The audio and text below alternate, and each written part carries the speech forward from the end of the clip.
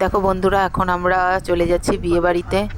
আমি আর মা পিছনে রয়েছি, বাবা এই দেখো সামনে গাড়ি চালাচ্ছে। একটু কেমন লাগছে আমাদেরকে জানিও। চলে যাচ্ছে এখন, ভেতরে দেখো ঢুকে গেলাম।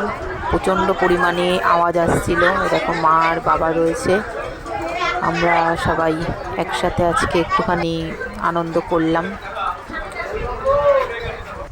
তোমরা কিন্তু অতি অবশ্যই জানাবে আমাকে, মাকে কেমন লাগছে।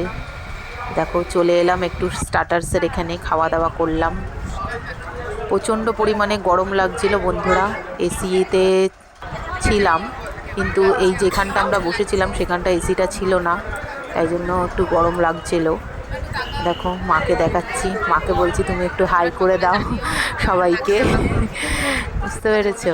তারপর চলে এলাম আস্তে আস্তে খাবার মেনু টেবিলে। এখানে কি কি খাওয়া দাওয়া করাচ্ছে সেটা তোমাদেরকে দেখালাম।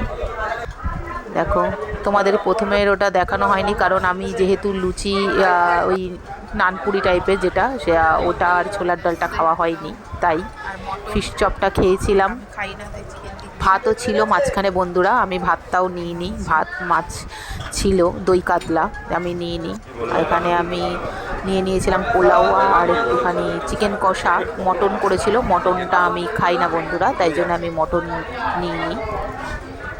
মা আর বাবারা মটন খেয়েছে, মারও হাই প্রেশার, তাই জন্য মা এক পিস মটন খেয়েছে। দেখো রসগোল্লাটা একদমই ভালো ছিল না বন্ধুরা, পুরো ছাবড়া টাইপের রসগোল্লা ছিল। আমি নিয়েছিলাম কিন্তু খেতে পারিনি। সন্দেশটাও মোটামুটি একটু ছিল, সেরকম অতটা ছিল না, ভালো ছিল না। চাটনিও দিয়েছিল। তো দেখো এখানে আইসক্রিম দিয়ে দিয়েছে।